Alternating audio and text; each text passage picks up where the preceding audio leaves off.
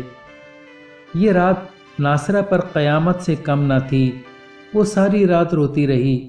اس نے اپنی بیٹیوں کو اس معاملے کی خبر نہ ہونے دی کہ ان کو پتہ چلے گا تو وہ اپنے باپ کے بارے میں کیا سوچیں گی۔ اب یہ سلسلہ چل نکلا۔ روز شاہد کسی نئی عورت کو گھر میں لے آتے جو صبح سویرے واپس چلی جاتی، اور روز رات کو ناصرہ سولی پر لٹکی رہتی۔ اب تو شاہد ناصرہ سے بات کرنا بھی پسند نہیں کرتے تھے۔ ایک رات جب شاہد ایک لڑکی کے ساتھ گھر آئے تو بیٹیوں نے بھی دیکھ لیا۔ اب وہ اتنی چھوٹی بھی نہ تھیں کہ حالات کو نہ سمجھ سکیں۔ وہ پہلے سے ہی اپنی ماں کے غم کو محسوس کر رہی تھیں۔ اب ناصرہ کی برداشت جواب دے گئی اور اس نے بازاری لڑکی کے سامنے ہی شاہد سے احتجاج شروع کر دیا۔ اس نے کہا کہ کچھ تو اپنی بیٹیوں کا خیال کرو، وہ سمجھدار ہو گئی ہیں، وہ آپ کے بارے میں کیا سوچیں گی؟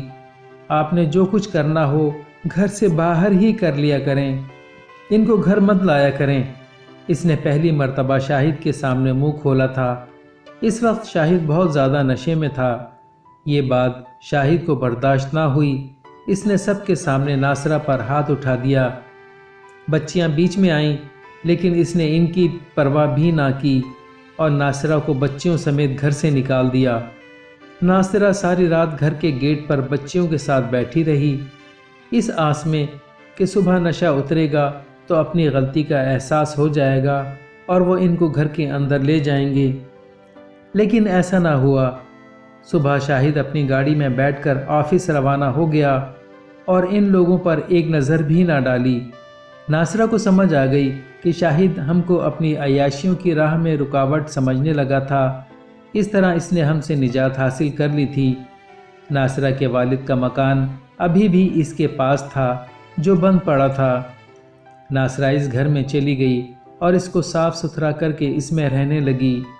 وہ روز اس امید پر رہتی کہ شاہد ان کو لینے آئیں گے، لیکن ایسا نہ ہوتا۔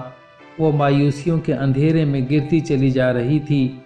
اس کے اکاؤنٹ میں کچھ رقم تھی جس سے ان کے کھانے پینے کے اخراجات پورے ہونے لگے۔ دوسری طرف شاہد اب مکمل طور پر آزاد ہو چکا تھا۔ شراب و شباب نے اس کی سوچنے سمجھنے کی صلاحیتوں کو ختم کر دیا تھا۔ اس کو بالکل بھی احساس نہیں تھا کہ اس نے اپنی بچیوں پر کتنا ظلم کیا تھا۔ اس کو تو بس روز ایک نئی لڑکی کی عادت پڑ گئی تھی۔ ایک روز اس نے لڑکیوں کے دلال سے کہا کہ کوئی نئی خوبصورت کلی لا کر دو، اس سب سے تو اب میرا دل بھر گیا ہے۔ اس نے کہا، صاحب ایک بالکل نئی خوبصورت اور انتہائی کم عمر لڑکی آئی ہے، بولو تو آج اس کو بلوا لوں۔ شاہد نے خوش ہوتے ہوئے کہا، نیکی اور پوچھ پوچھ، آج ہی بلوا لے، میں شام میں اسی ٹائم آؤں گا، اس کو تیار رکھنا۔ بے فکر رہو صاحب۔ شام میں شاہد وہاں گیا تو اس وقت وہ لڑکی بھی برقعے میں پہنچ گئی۔ شاہد نے اسے اپنی گاڑی میں بٹھایا اور اپنے گھر لے آیا۔ اس کو بیڈ روم میں بٹھا کر وہ باتھ روم میں چلا گیا۔ جب وہ باہر آیا تو لڑکی برقع اتار کر بیڈ پر بیٹھی تھی۔ چہرہ اس نے اپنے گھٹنوں پر رکھا ہوا تھا۔ اس کے خوبصورت بال اس کی کمر پر پھیلے ہوئے تھے۔ ابھی تو اس نے اس کا چہرہ بھی نہیں دیکھا تھا، پھر بھی وہ اس کی خوبصورتی سے تڑپ کر رہ گیا۔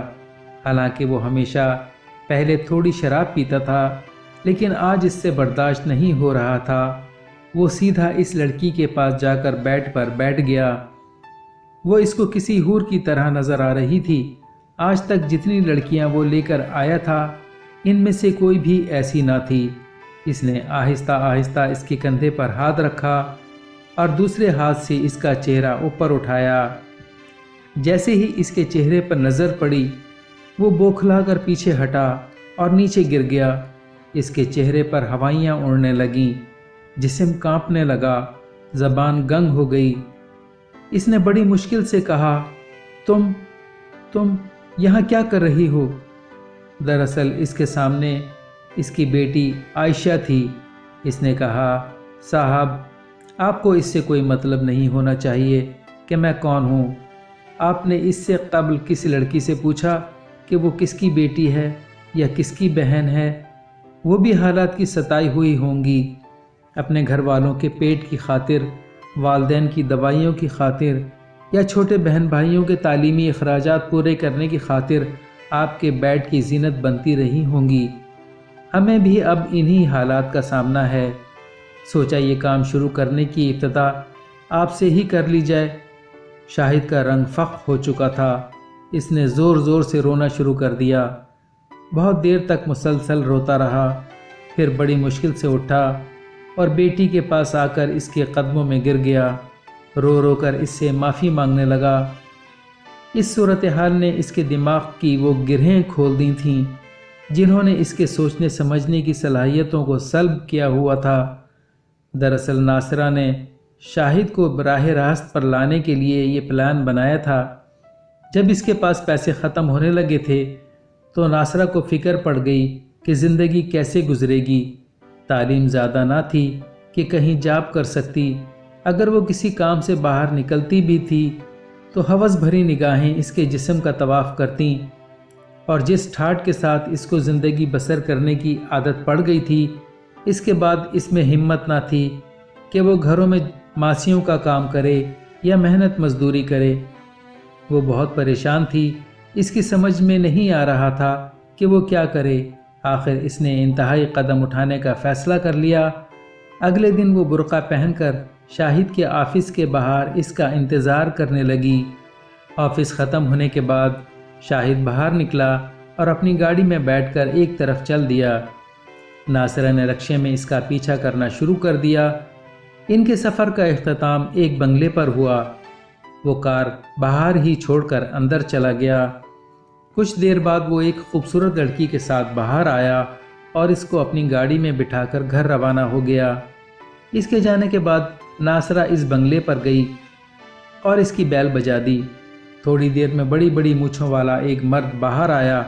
ناصرہ نے کہا کہ ابھی جو صاحب ایک لڑکی کو لے کر گئے ہیں وہ روز یہاں سے لڑکی لے کر جاتے ہیں۔ اس نے کہا، تم کون ہو اور یہ کیوں پوچھ رہی ہو؟ ناصرہ نے کہا، دراصل میرے پاس بھی لڑکیاں ہیں، اگر ان صاحب کو ضرورت ہو تو مجھے بتانا، میں تمہارا کمیشن بھی دوں گی۔ وہ راضی ہو گیا۔ اس نے ناصرہ کا اور ناصرہ نے اس بندے کا فون نمبر لے لیا۔ چند دن بعد ہی اس بندے کا فون آ گیا۔ اس نے کہا کہ میں نے صاحب سے تمہارا ذکر کیا تھا، اب وہ کوئی نئی کم عمر لڑکی چاہتے ہیں۔